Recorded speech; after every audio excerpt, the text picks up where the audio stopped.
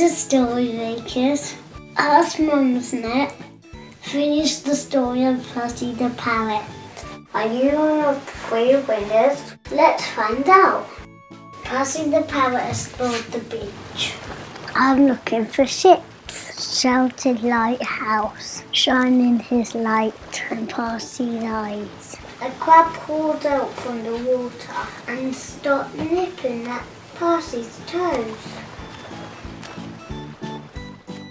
Percy the Parrot explored space. Chasing stars is fun, said Space Dog. And just as Space Dog said that, a bright shooting star went past. Make a wish, Percy, said Space Dog. Percy the Parrot went to the desert. Get your cold drinks here, said Lizard. Apple juice, please, said Percy. I only have beetle juice, said Lizard. Yuck, said Percy, flying off into the distance. Lizard shrugged. Well, for me, he said, slurping down the lot.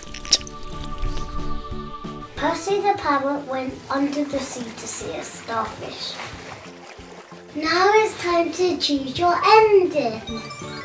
Don't forget to write your own story at www.storymakers.com.